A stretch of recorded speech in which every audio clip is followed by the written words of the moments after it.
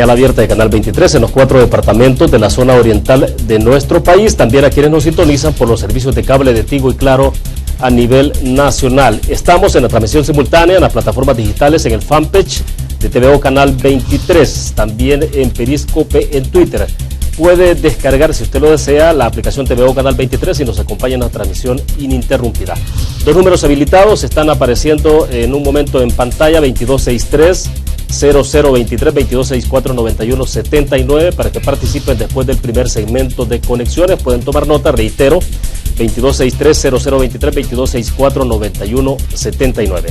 Antes de iniciar, como siempre, quiero mostrarles los temas que están en agenda en los principales medios de comunicación en nuestro país. Diario El Mundo en su portada dice: el 65% de hogares sufre subempleo e inestabilidad. El 65% de hogares que están sufriendo subempleo e inestabilidad laboral, de acuerdo a una encuesta de hogares de propósitos múltiples. El año pasado había 611.480 hogares pobres multidimensionales y 4.342 más que el año anterior. Es un incremento sustancial. La foto destacada tiene que ver con la alerta verde por las lluvias en nuestro país. Estados Unidos, dice El Mundo, pedirá reporte de funcionarios corruptos. Además, aprueban reforma que facilitará la inversión del primer asocio público-privado en el país. Ha ocurrido esto en la Asamblea Legislativa. Mientras tanto, el gobierno pide bonos para pagar deuda de 3.257 millones de dólares. Y el gobierno, que ha respondido también a las críticas migratorias de Donald Trump, El Salvador ha dicho que desea continuar defendiendo la estabilidad migratoria de los salvadoreños en Estados Unidos, pero hay esa contradicción en el discurso y desde la perspectiva norteamericana en el intento de El Salvador por frenar la migración hacia ese país norteamericano. La prensa gráfica, FEFUT oculta información. El secretismo es parte de polémicas acciones de una federación muy cuestionada. La foto destacada: los buses devorados por las llamas, 3 autobuses de la ruta A y 2 de la ruta 11 que fueron consumidos por el fuego ayer durante la madrugada en el taller donde estaban estacionados. Esto fue ubicado en la antigua carretera a San Marcos. El cuerpo de bomberos sospecha de fallas eléctricas. Esta es la ampliación del caso de la FEFUT, que niega información de modo sistemático, de acuerdo a esta versión de la prensa gráfica. La aprobación de las reformas para el proyecto de iluminación y videovigilancia en las calles. San Miguel y La Unión en alerta verde por lluvias. Asolvamiento en el río Grande de San Miguel, que redujo la capacidad hidráulica del cauce y genera desbordamientos que podrían afectar un área de hasta 8 kilómetros cuadrados. El diario de hoy, la foto destacada: Ever Ramos, la azul playera, ya tiene a su licenciado. El jugador de la Selecta se graduó en Administración de Empresas Turísticas.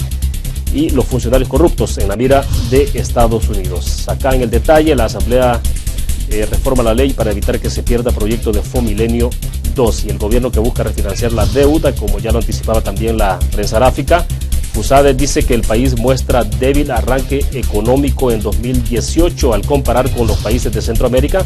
Se observa que El Salvador sigue siendo el país con menor crecimiento de la región. Sobre este tema estaremos conversando con nuestros invitados de esta tarde. Almagro, el secretario general de la Organización de Estados Americanos, OEA, solo ve vía electoral como salida a la crisis de Nicaragua. El diálogo fue suspendido por la falta de acuerdos entre las partes y solo el orteguismo es el único que no quiere elecciones adelantadas. Esto es lo que tenemos también: más de 40 artistas nicaragüenses que unen sus voces para decir: yo vengo a ofrecer mi corazón. En información de seguimiento, esto ha ocurrido justamente este día.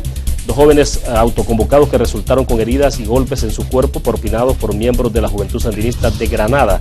Pese a esto, instalaron un tranque este viernes nuevamente en ese país. Es el reporte de la prensa de Nicaragua. Además, amplía: Luis Cruz Alvarado, de 30 años, murió luego de recibir un balazo en el pecho durante un ataque de paramilitares orteguistas contra manifestantes. Estas son imágenes que se han viralizado en redes sociales este día sobre las diferentes actividades que están desarrollándose en el vecino Nicaragua.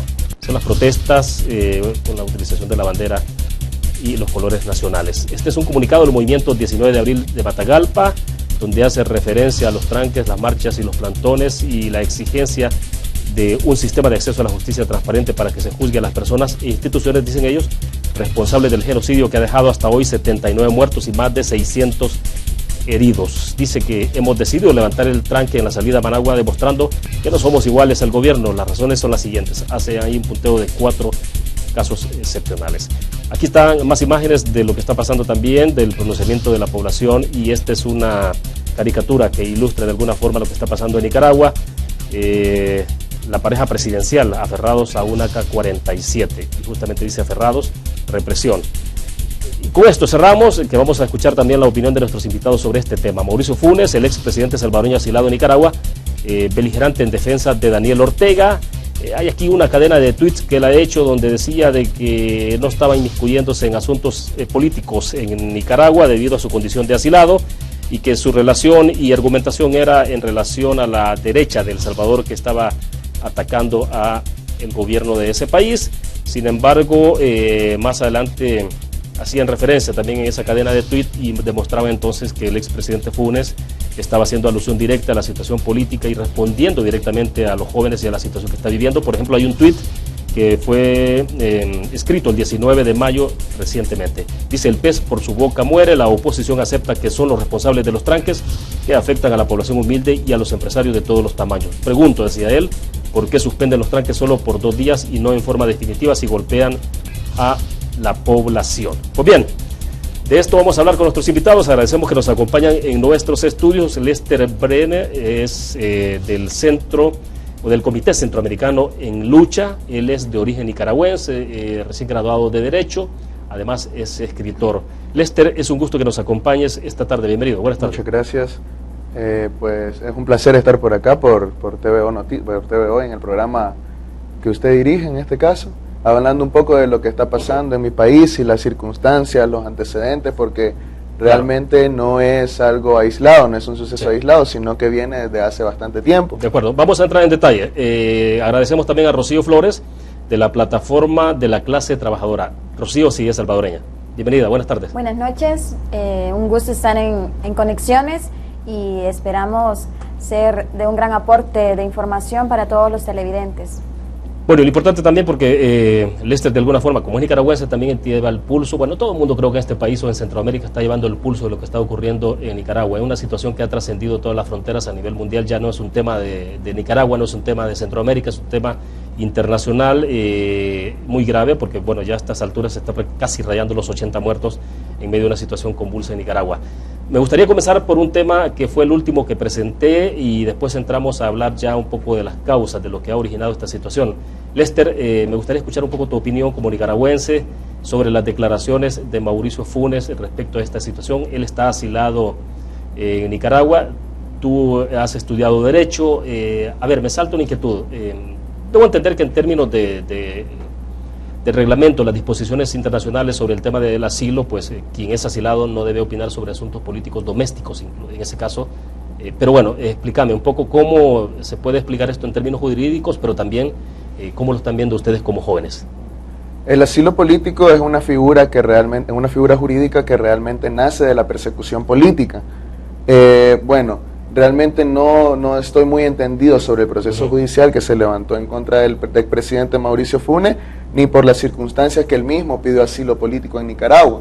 Realmente que un presidente de otra nación esté opinando sobre, o un expresidente de otra nación esté opinando sobre asuntos domésticos, es una forma de injerencia de una u otra manera.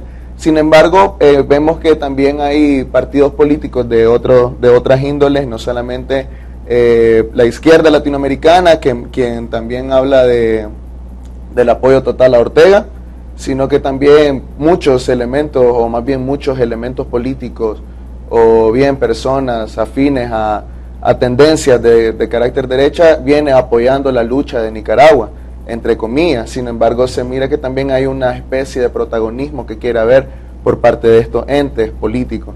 Entonces, realmente, si hablara tanto, ya se ha pronunciado también el presidente Donald Trump al respecto, y ha pronunciado también el expresidente Mauricio Funes, así como otros personajes políticos.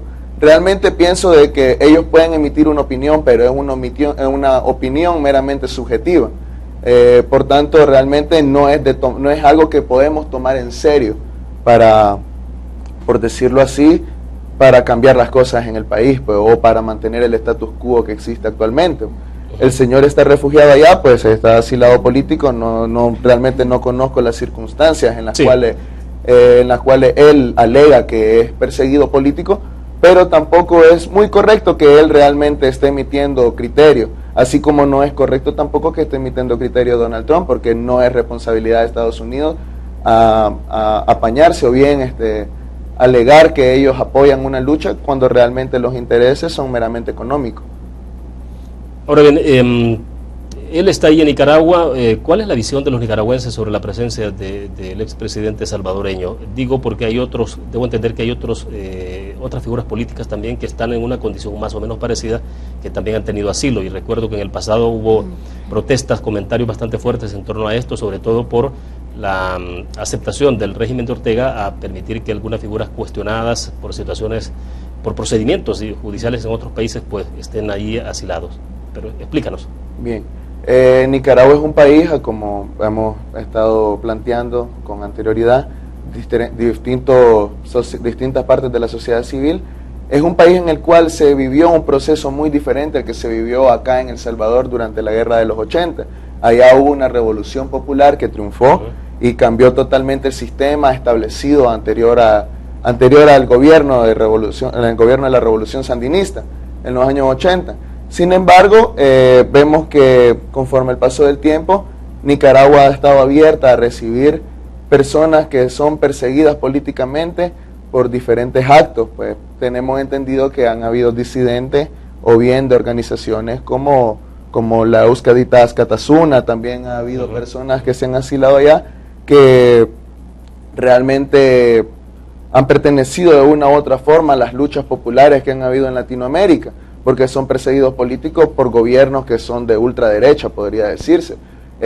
Tenemos el caso también de que en Nicaragua estuvo el comandante Marcial, de igual manera, Melida Naya, de igual forma estuvieron en Nicaragua refugiados políticos en su momento, pero necesariamente no siempre es con carácter político, sino que también hay personas que buscan lo que sería la figura del exilio o el asilo político como un modo de supervivencia o un modo de evitar, en este caso, procesos que se pongan en contra de esta persona.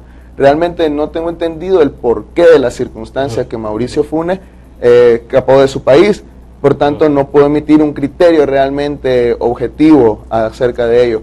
Por mi parte, realmente al ser él un gobernante que tal vez se le demostraron o no lo que serían casos de corrupción, eso solo lo va a constatar, en este caso, la Corte Suprema de Justicia. No sé si ha emitido un fallo al respecto, pero realmente tengo entendido que en cuanto al CA4, que sería en este caso de la región centroamericana, hay como homologación en el proceso de extradición.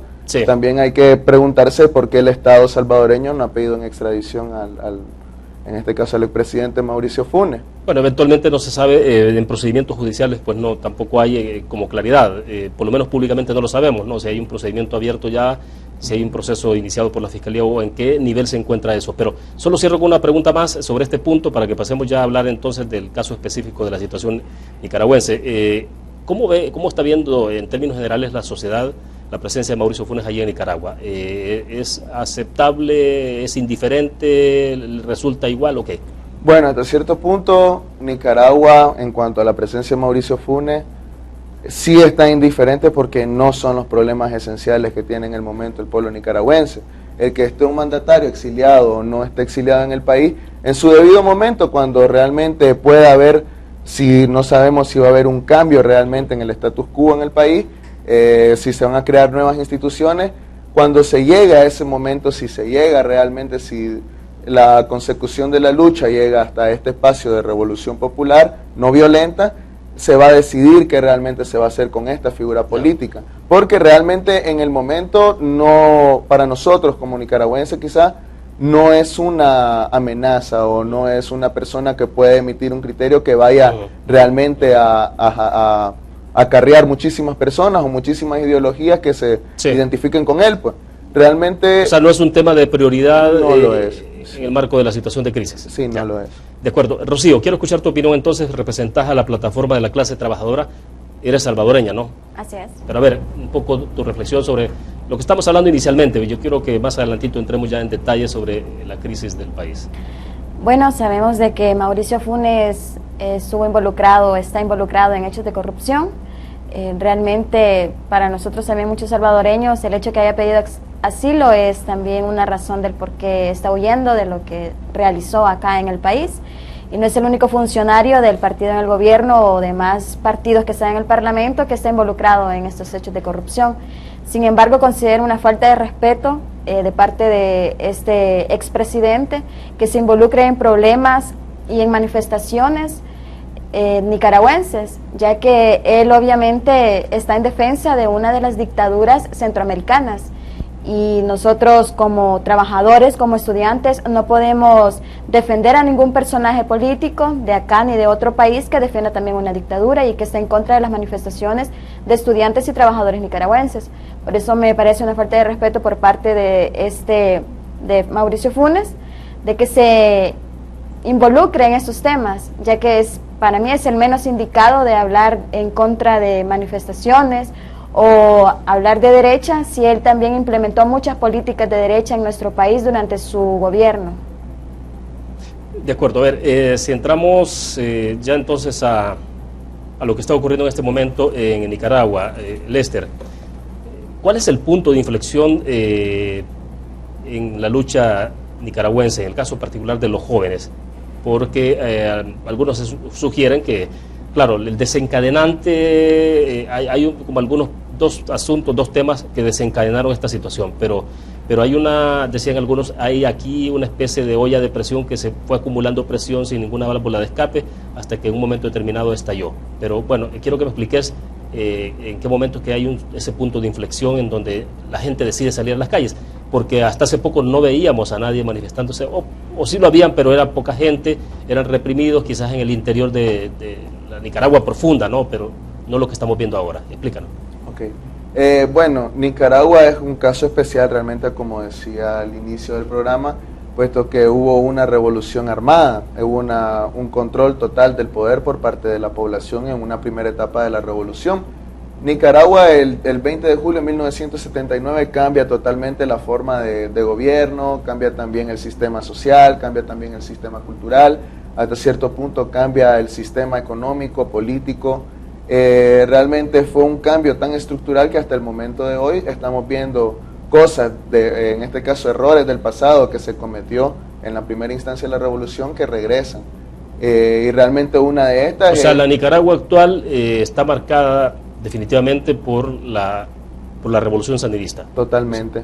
Que realmente todos nuestros familiares, incluso yo tengo familia que murió durante la insurrección popular en el año 78. De igual manera, creo que muchísimos nicaragüenses, tanto de acá que están en El Salvador como los que se fueron a Estados Unidos o los que viven en Costa Rica, de uno u otro modo, debido a la conflagración, en este caso entre hermanos nicaragüenses, perdieron a un familiar. Entonces creo que sí cambió estructuralmente todos los aspectos de la vida cotidiana del nicaragüense promedio. Entonces la revolución empieza con un ideal realmente sólido y empieza con un ideal de carácter social, pues de mejoras sociales, mejora los derechos laborales, mejora en este caso los derechos de propiedad, se da una reforma agraria, se da una campaña nacional de alfabetización en 1980. Sí. Sin embargo, sabemos de que en el contexto político de la época había un interés de Estados Unidos en que no se controlara, que no hubiera una participación pro-soviética o pro-cubana en Centroamérica. Ellos mismos, y el presidente Reagan lo dijo en su momento, que ellos no querían una segunda Cuba en Centroamérica. Y mucho menos también porque estaban librando una batalla acá en El Salvador, tanto la oligarquía, que estaba en este caso bien estructurada, como con el ejército y el status quo, lo mismo que se vive hoy día, pero realmente ahora ha venido un cambio, que ya los movimientos, en este caso que decían ser de izquierda, han tomado un papel realmente meramente derecha o neoliberal, puesto que se ha dedicado a la privatización, se ha dedicado a los aumentos salariales a diputados, lo que realmente vamos a hablar un poquito más después, porque son elementos realmente que vienen a desembocar en el descontento social y en la desobediencia civil que vivimos hoy día, la cual para mí es válida, puesto que realmente es necesario que el pueblo nicaragüense tome conciencia de la labor que se está ejerciendo hoy día. Sí, pero a ver, Ortega, bueno, el sandinismo triunfa a través de las armas, Sí.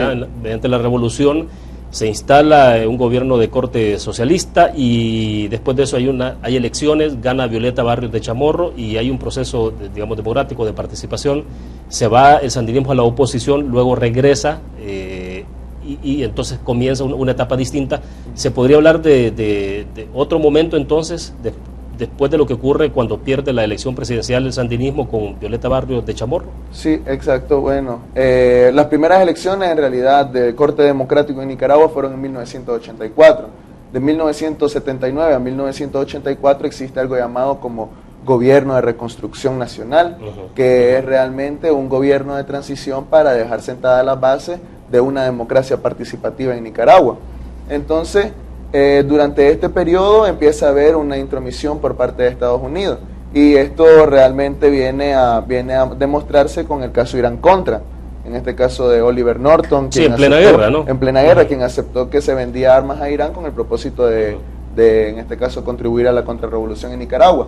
Pasa hasta 1989, la guerra en Nicaragua, guerra de baja intensidad de igual manera. Hay un apoyo de parte de El Salvador, incluso de escuelas militares en El Salvador y Palmerola en Honduras, a los regimientos que van a combatir a Nicaragua, y realmente empiezan los acuerdos de paz de Esquipulas, y se habla de la democratización de Nicaragua nuevamente. Gana la Unión Nacional Opositora en 1990, y el 25 de febrero toma el poder Violeta Barrios de Chamorro.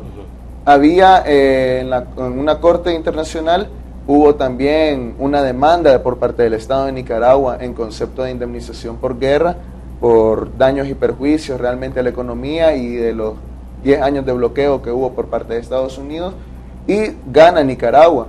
Y realmente se propone que se indemnice a Nicaragua, al Estado nicaragüense, con 21.000 millones de dólares. Y lo primero que hacen los gobiernos neoliberales al tomar el poder, en este caso Violeta Barrios de Chamorro, es, en primera instancia, condonar esa deuda de Estados Unidos. En segunda instancia, empieza a privatizar los servicios básicos, empieza a subir el transporte colectivo en Managua y empieza a haber un descontento social en Nicaragua. El 25 de febrero... Entonces, eso, perdona, para ir avanzando un poco rápido, ¿no? Para que lleguemos a la actualidad, porque creo que es muy importante el contexto de lo que estamos conversando y eso es buenísimo de tu parte. Pero a ver, gana Violeta Barrios de Chamorro, pierde después Violeta Barrios de Chamorro, bueno, poco después, ¿no? Todavía hay un proceso que se vive ahí, pero cuando el regreso del sandinismo es totalmente distinto a lo que se tuvo durante la Revolución Armada. Bueno, pero es que es necesario realmente hablar de la década de los 90 porque de ahí se va a marcar el escenario político que vivimos hoy día. Por ejemplo, bueno, se da también lo que se llama la lucha por el 6% constitucional, un derecho realmente que está consignado en el artículo 125 de la Constitución Política de Nicaragua, que es que el Estado nicaragüense va a proveer del 6% del presupuesto general de la República para educación superior, entiéndase en este caso universidades. Universidad Nacional Autónoma de Nicaragua, Universidad Nacional de Ingeniería, Universidad Politécnica de Nicaragua, la Universidad Centroamericana. O sea, hay un apoyo fuerte a la educación superior, sí, tras esa decisión. No, en los 90 se negó este derecho. Okay. Ya. Entonces, con todas las cuestiones sociales que generan los gobiernos neoliberales por medio de la privatización, empieza la cúpula del Frente Sandinista, por así decirlo, Daniel Ortega Saavedra, en este caso, u otros dirigentes del gobierno sandinista, en este caso de la oposición sandinista, a decir que van a gobernar desde abajo. ¿Por qué razón? Bueno, cuando hay una revolución armada, generalmente todas las personas se afilian hasta cierto punto a la ideología porque todos quieren ver fuera a un dictador en específico. Claro. Entonces, lo que pasa es de que hubo un proceso de organización desde 1961 con la fundación del Frente Sandinista de Liberación Nacional hasta 1979, en el que se crean comités de barrio, se crean comités políticos, se crean de igual manera asociaciones de estudiantes en contra de la dictadura somocista, centrales sindicales, es decir, de que, sí, claro, de que un amplio sector de la población tenía cierto grado de simpatía con el gobierno sandinista, pero estaban cansados de la guerra. Y el gobierno, y cuando se establece la oposición, hacer todo el trabajo desde abajo, tiene que ver con la articulación de un movimiento social sindical supongo, fuerte en Nicaragua, ¿no? Reaccionario. Y además, pero muy, ¿qué decía? Con mucho protagonismo. Sí. Lo que se buscaba realmente, por lo menos en el caso de la Unión Nacional de Estudiantes de Nicaragua, UNEN, por medio de la lucha del 6%, era ganar ese derecho constitucional, que es válido, es una lucha válida. Sin embargo, hubo una intromisión, en este caso por parte de la figura de Daniel Ortega y por parte de la figura del Frente Sandinista, hasta cierto punto, en el cual ellos aportaban de cierta manera, puede decirse, cierta logística para el desorden social que vivió Nicaragua en los años 90, en los 3 gobiernos neoliberales, entiéndase Violeta Barrios de Chamorro, entiéndase Arnoldo Alemán y entiéndase Enrique Bolaños. Sin embargo, es menester aceptar de que los gobiernos neoliberales daban razones al pueblo para quejarse y para hacer desobediencia social, porque realmente que se violaran realmente el 6% constitucional, que se condonara la deuda, incluso hay casos de corrupción bien sonados en Nicaragua durante la década de los 90, como fueron los camionetazos por parte de Byron Jerez, que era director general de ingresos. Perfecto. Debo hacer una pausa, Lester. Cuando regresemos, vamos a ver si avanzamos rapidísimo esta parte del contexto para que entremos a ver, claro, lo que tenemos actualmente, las bases, los fundamentos, tiene que ver justamente con lo que has conversado, lo que nos has explicado.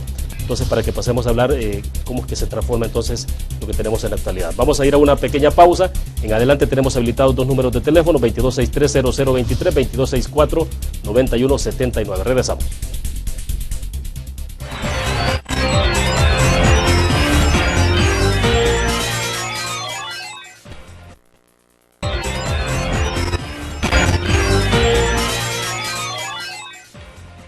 Es un gusto que siga con nosotros. Transmitimos en vivo desde la ciudad capital San Salvador. Lester Brenner del Comité Centroamericano en Lucha y Rocío Flores de la Plataforma de la Clase Trabajadora nos acompañan en nuestros estudios. Hay 2 consideraciones que nos está haciendo a través de la vía de Twitter. Rafael Mengíbar dice: Daniel Ortega asume el poder en el 79, luchó contra la dictadura, retoma el poder en sucesivos entre luchas electorales, pero el poder no es absoluto y menos imponiendo agenda personal y familiar.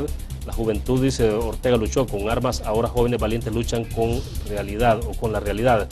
Pregunta: ¿qué opinan sobre la histórica relación entre el FMLN y el sandinismo de Ortega? ¿Se perdieron los objetivos de ambas revoluciones? Y ahí quizás se le doy espacio entonces a Rocío para que pueda opinarnos un poco sobre esto y retomamos después el hilo de la conversación también con Lester. Rocío. Definitivamente las 2 organizaciones iniciaron como organizaciones revolucionarias contra dictaduras militares genocidas. Sin embargo, también es necesario la cuestión política aclararlo de que tanto el sandinismo como el Frente Faramundo Martí para Liberación Nacional ahora corresponden a intereses no solamente de la clase de la burguesía, de los grandes empresarios nacionales y extranjeros, sino también a todas las políticas neoliberales que son impuestas por el imperialismo norteamericano, por el imperialismo europeo, y que esto conlleva a que realmente se degeneró todas estas organizaciones, tanto el FSLN como el FMLN, debido a estas políticas que ellos comenzaron a administrar, no desde que llegaron al gobierno, sino que desde que pactaron con la gran empresa privada, tanto allá en Nicaragua como acá en El Salvador.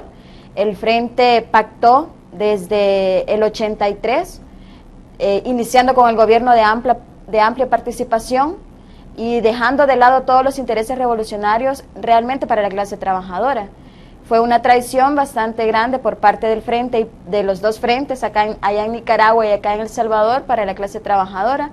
Y claramente es necesario que ante esta traición de parte de estas organizaciones, la clase trabajadora no se vea desmoralizada o en vías de que ya no se puede solucionar esos problemas, ya que la misma clase nos ha demostrado que ante la traición de estas organizaciones se puede seguir luchando contra todas las políticas neoliberales que ellos han implementado, desde la privatización de todos los recursos de servicios básicos, de la venta de nuestra soberanía nacional en tierras y en leyes, hasta todas las políticas que actualmente nos están afectando a nosotros, específicamente en El Salvador, desde salarios precarios, servicios públicos precarios en salud y educación, el hecho de que también estén privatizando por medio de los asocios público-privados todos nuestros recursos naturales, con Fomilenio 1 y Fomilenio 2, Asocio para el Crecimiento. Entonces, claramente hay un retraso bastante grande por parte de estas organizaciones, una degeneración enorme, y de que tenemos que entender que si estas organizaciones ahora son proimperialistas, y hay un debate también con eso en Nicaragua, entonces, ¿qué se tiene que hacer ante este panorama político?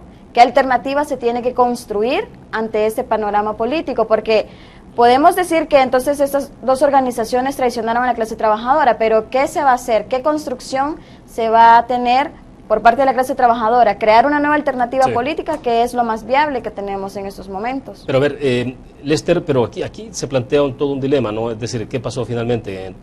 Si hay un momento de decepción para importantes sectores de las poblaciones con lo que ha hecho la derecha, con lo que ha hecho la izquierda, entonces ahí se plantea, bueno, este tema ya trasciende el tema del ideológico, ¿cómo se puede plantear? ¿Cómo se está viendo entonces ahora sí el caso de Nicaragua? Bueno, interpreto eso como qué va a pasar después, si llega a haber una consecución del proyecto que se está planteando en el momento. Realmente el propósito es cambiar estructuralmente la sociedad nicaragüense, puesto que se ha visto realmente inmersa en una, por decirlo así, en una autocracia desde el año 2006, que empezó la segunda parte del gobierno de Daniel Ortega, puesto que todas las instituciones realmente de un Estado moderno, como sería el poder electoral, poder judicial, poder ejecutivo, poder legislativo, se miran centralizados hacia una ideología política, y más que una ideología política es como una cultura de adoración a una imagen específica, pues ya ha irradiado incluso en la desfachatez al gastar recursos públicos en cantidad exagerada de propaganda que uno puede ver pasando por una colonia de Managua. Es una omnipresencia realmente por parte de lo que sería el presidente y la compañera Rosario, como le dicen ellos. Y realmente, bueno, lo que se propone realmente es que no volvamos a caer en esto, que no volvamos a caer en algo que vivimos 40 años atrás, como fue la dictadura de Somoza, que también era una autocracia y que también realmente violaba derechos fundamentales, violaba el derecho a la protesta, el derecho a la participación ciudadana.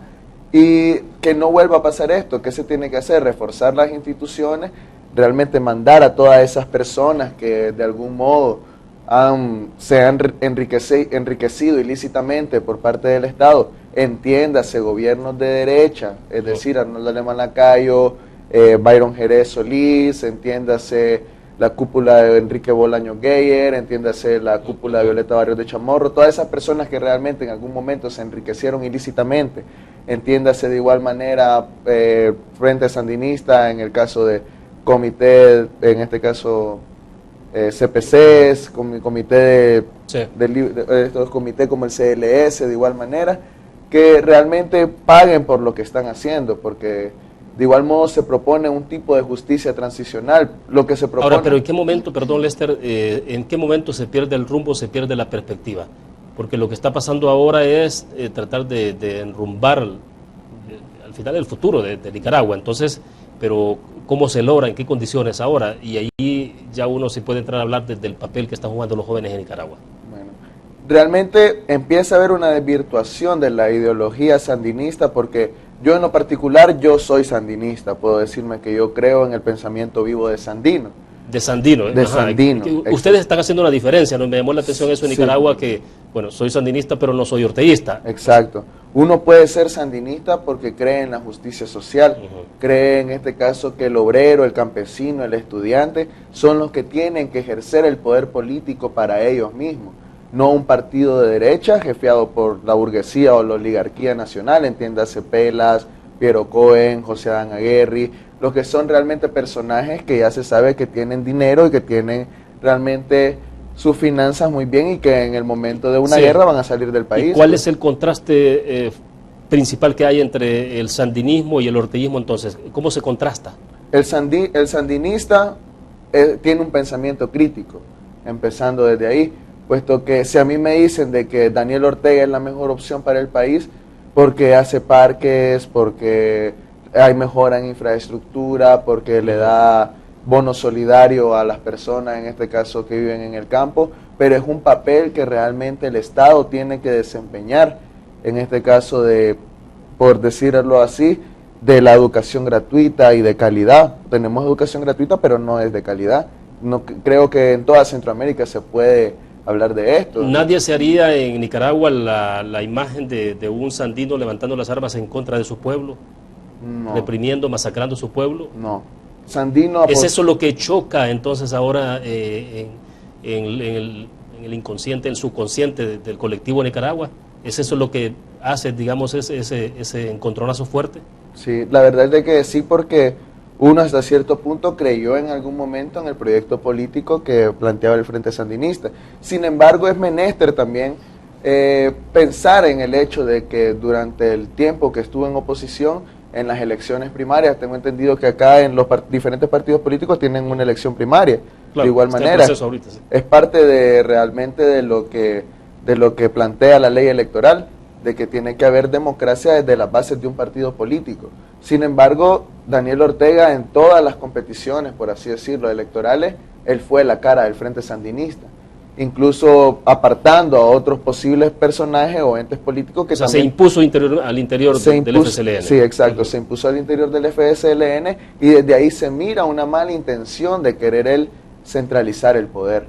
Entonces, pero pasa de que en los años 90 pues se sientan a dialogar, tanta es la presión social hacia el gobierno de Arnoldo Alemán, que ellos se sientan a dialogar y establecen un pacto en el cual realmente pasa lo siguiente. Las consecuencias del pacto pueden ser las siguientes. Uno, que aquellas personas que estuvieron implicadas durante los gobiernos neoliberales, es decir, Arnoldo Alemán y muchas personas de su cúpula, que quienes tenían realmente investigaciones por actos de corrupción en la Fiscalía General de la República, en el Ministerio Público, salieron realmente sobreseídos o el caso se abandonó, y son realmente casos de millones de dólares, y son casos también de triangulación de capital que era de los impuestos del pueblo nicaragüense, y ellos salieron libres con la única condición de desintegrar la masa política de la derecha, para que Daniel Ortega en 2006 pueda avanzar a lo que sería la presidencia. Ahora, lo que tenemos actualmente en Nicaragua, te pregunto, ¿clasifica ya entra ya esa clasificación desde una dictadura? Sí, es una autocracia totalmente. Desde que hay una parcialización de los poderes del Estado, ya no hay realmente autonomía, no hay pluralidad política, se le realmente cercenó derechos políticos a muchos diputados de la oposición que realmente fueron desaforados, no en el proceso que realmente se debería de realizar para un desaforo. De igual manera, una implicación que tiene la Corte Suprema de Justicia es de que emitió en el año 2014 una circular que viene a cambiar la Constitución, cuando realmente la Constitución, al ser la Carta Magna, tiene su procedimiento específico para sufrir reforma. Sin embargo, esta circular le permitía a Daniel Ortega reelegirse indefinidamente, que es una clara violación a los derechos fundamentales de todos los ciudadanos nicaragüenses, porque no queremos tener un mismo gobierno, y es lo que está haciendo también el gobierno de Honduras de Juan Orlando Hernández, que por medio de una circular de la Corte Suprema, él también avala, en este caso se avala la reelección. Rocío, ¿cómo debería verse o cómo se está viendo más bien lo que está pasando de la crisis en Nicaragua? Desde esa vista, digamos, desde acá, desde El Salvador, desde la visión de ustedes. Pues realmente acá hay un silencio completo por parte de la, si se le quiere llamar, la izquierda salvadoreña. Desde el gobierno salvadoreño, que es el Frente, no ha emitido ningún tipo de opinión en contra de prácticamente los asesinatos que ha habido en Nicaragua, las desapariciones, las torturas de todos los capturados, especialmente estudiantes. No ha habido ningún pronunciamiento en contra de ese tipo de violaciones a los derechos humanos. Tampoco ha habido otro pronunciamiento por parte de otras organizaciones, ya sea también acá en el país estudiantiles, por parte de la Universidad de El Salvador o de otros entes organizativos. Y es realmente porque se está apoyando a una dictadura en Nicaragua.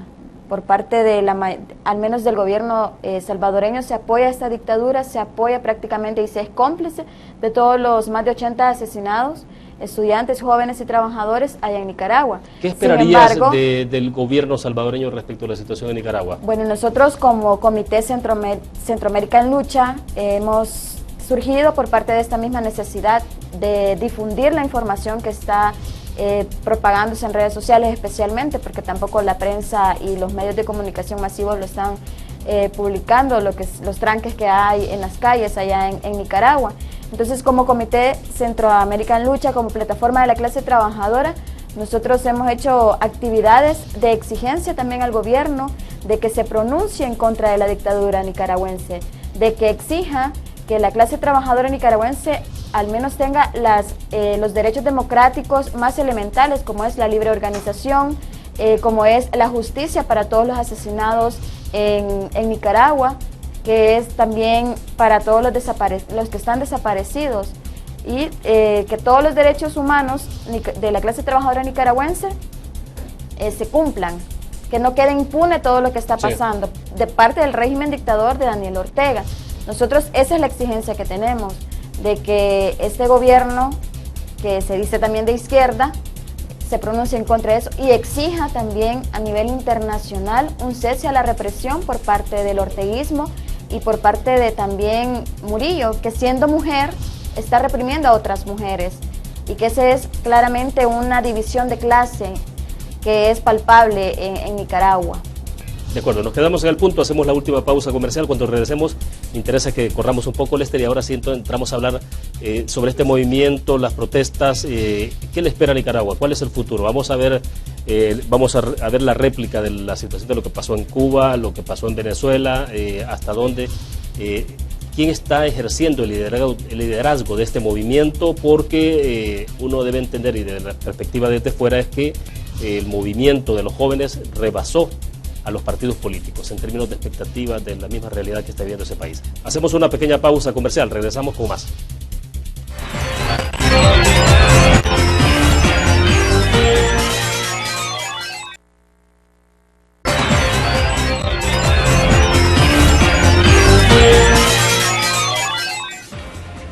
Bien, estamos al cierre de conexiones. Lester, para que avancemos porque nos quedan unos 11 minutos. A ver, entonces, el tema es, continúan los tranques en Nicaragua. De hecho, mostré hace algún momento una convocatoria de concentración para el día de mañana. En diferentes puntos está ocurriendo esto de manera permanente, ¿no? Pero también continúan los muertos. El proceso de diálogo que se había instalado prácticamente se ha roto. Te preguntaba fuera de cámara, bueno, pero ¿qué va a pasar?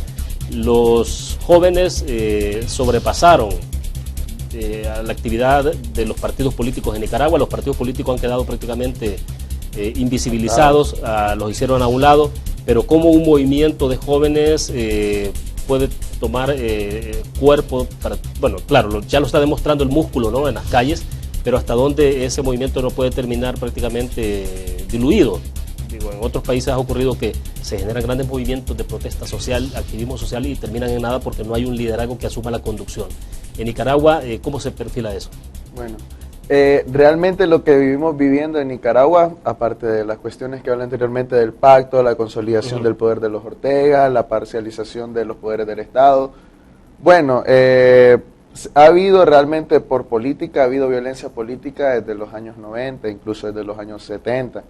Ya en esta etapa, bueno, vivimos en el contexto actual de Nicaragua, es el de un país hermetizado, totalmente controlado desde el internet, totalmente controlado desde quién entra, quién sale. Un ejemplo de ello son las restricciones migratorias que se le ha impuesto hasta cierto punto a ciudadanos salvadoreños, hondureños y guatemaltecos. Sí, violentando el CA4, ¿no? Violentando el CA4, exacto. Pero todo esto tiene su razón de ser en una teoría de seguridad soberana, le llaman ellos, que propio hasta cierto punto puede ser parecido a la doctrina del shock aplicada en el caso concreto de Nicaragua, puesto que en el año 2014, si no me equivoco, se aprueba una ley, en este caso la ley 919, que se llama Ley de Seguridad Soberana, que es una homogeneidad, por así decirlo, de la ley antiterrorista de acá de El Salvador y de otras leyes que realmente hablan sobre la seguridad a lo interno. Sin embargo, el contexto de Nicaragua no es el contexto social de El Salvador, no existen estructuras criminales como allá en Nicaragua, que no existe realmente pandillas, y acá no existe la persecución política, tengo entendido. Pero en Nicaragua se le da este uso, pues. O sea, cuando hablamos de grupos terroristas en Nicaragua nos referimos a aquellos que están en contradicción con el Estado nicaragüense, con el gobierno que está en turno, pues. Entonces se aplica en el completo sincretismo realmente no hay una discusión a la población de esta ley y que realmente viene a violar garantías constitucionales como el derecho a la privacidad, como el derecho a la inviolabilidad del domicilio, como el derecho a las garantías penales, como el derecho incluso a la defensa, viene a tener roces con algunos artículos de la Constitución. Entonces se da esto y se utiliza con un contexto político para perseguir, desaparecer o realmente hacer lo que se está haciendo hoy día, que se puede llamar ya terrorismo de Estado. Bueno, en el 2014 también se aprueba la ley 840, la ley del canal interoceánico, en la cual se da en concesión realmente gran parte del territorio nacional para que se realice un canal interoceánico que pase del Caribe al mar Pacífico. Y se le da a una empresa china llamada HKND Group. Y realmente se hizo de igual forma en el completo sincretismo, no se les avisó a los campesinos de que estaban decidiendo sobre las tierras de los campesinos. Y le iban a pagar precios catastrales por una tierra donde ellos han vivido y han cultivado durante muchísimos años, que realmente viene a violar también el derecho a tener un domicilio. Pues. De acuerdo. Entonces, realmente se da todo esto y empieza a levantarse el campesinado. Desde el año 2012 se escucha en Nicaragua que hay grupos armados y la policía y el ejército siempre tildan los ataques armados de estos grupos como delincuencia común. Mientras tanto, lo que estaba pasando durante estos últimos años, entonces, a partir de todo esto, es la acumulación de frustración, de resentimiento, y de todo, obviamente, alentado por la agresividad del Estado en este caso. Exacto. Y termina en lo que tenemos actualmente. Exacto. ¿Le ves? ¿Cuál es el futuro entonces de Nicaragua en este momento? Bueno, algo de lo que hablaba anteriormente era de que pues no se tiene confianza en las figuras políticas tradicionales. En las elecciones del año 2016 presidenciales, hubo una gran abstención, que aunque los medios de comunicación existe una parcialización de igual manera de los medios de comunicación en Nicaragua, la mayoría de los medios de comunicación, entiéndase, Canal 2, Canal 4, Canal 6, Canal 8, Canal 12, Canal 13, Canal 14, son propiedad del Estado. Bueno, en el 12 es donde transmite... ¿Quién está transmitiendo ahí? De la gente de la prensa gráfica, ¿no? Carlos Fernando Chamorro tiene un programa en Canal 12. Sí, Canal 12. Es como de los... Es la excepción de... Sí, es que existen 2 canales o 3 canales que realmente pasan sin el filtro realmente informativo que existe, porque si uno mira los canales del gobierno... Pero los más importantes, los que tienen más cobertura en ese país, están prácticamente alineados. Sí, es que la mayoría, cuando hay una gran mayoría, no hay libertad de prensa. Claro, pues. claro. Entonces, se trata de menoscabar realmente las acciones de otros grupos periodísticos, pues. Y se montan realmente, no sé cuál será la teoría en periodismo de esto, pero se montan noticias falsas para contrastar o desvirtuar las noticias que están pasando en realidad. Todo empieza realmente, aparte de la represión que hubo con las protestas en cuanto a lo que sería el canal interoceánico. Después vienen las protestas contra la corrupción en el año 2006, pero esas protestas eran realmente, quienes eran protagonistas eran personas de la derecha, ya añejos, políticos añejos de la derecha. Y lo que se pretende hoy día, desde lo que sería el movimiento Ocupains, que fue la primera gran escalada, por así decirlo, de los estudiantes, en cuanto a la desobediencia civil, fue cuando se pretendió hacer una reforma al Seguro Social en el año 2013 para realmente no brindarle la pensión reducida a la gente mayor de 60 años. Pero hasta entonces no teníamos lo que tenemos actualmente. Se sugiere que todo lo que tiene que ver, más bien, algo que propicia esta condición también tiene que ver con el hecho de que Daniel Ortega deja de recibir las cantidades importantes de millones de dólares que venían de Venezuela.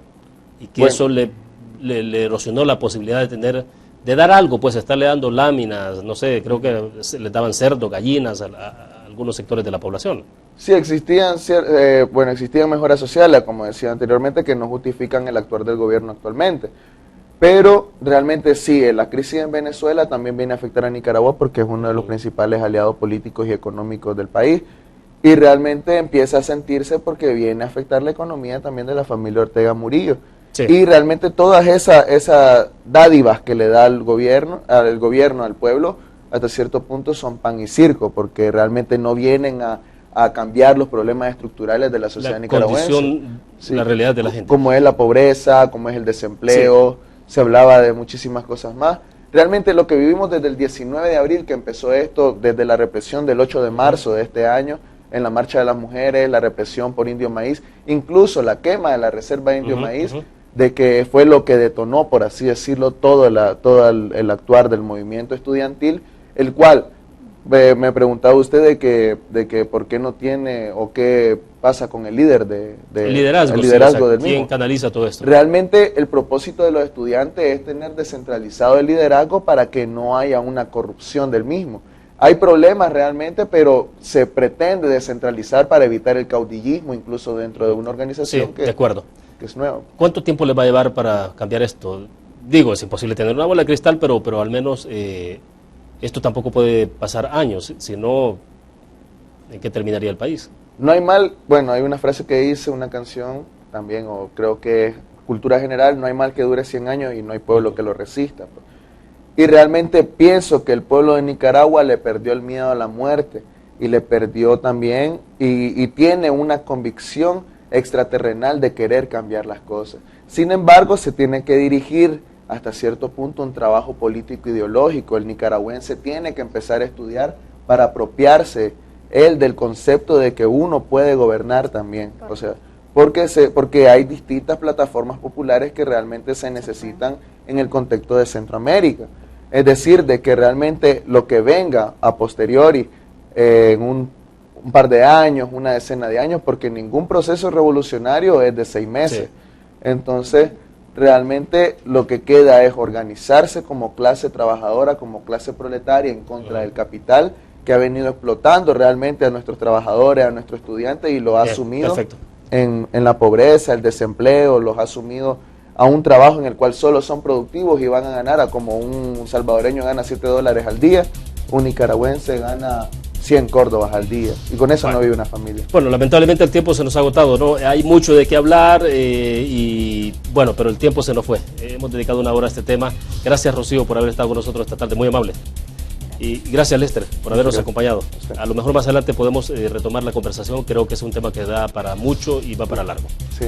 Bueno, terminamos de esta forma de conexiones. Gracias a ustedes que nos acompañaron. Nos vemos el próximo lunes, 5 de la tarde en punto. Que descansen el fin de semana. Buenas tardes.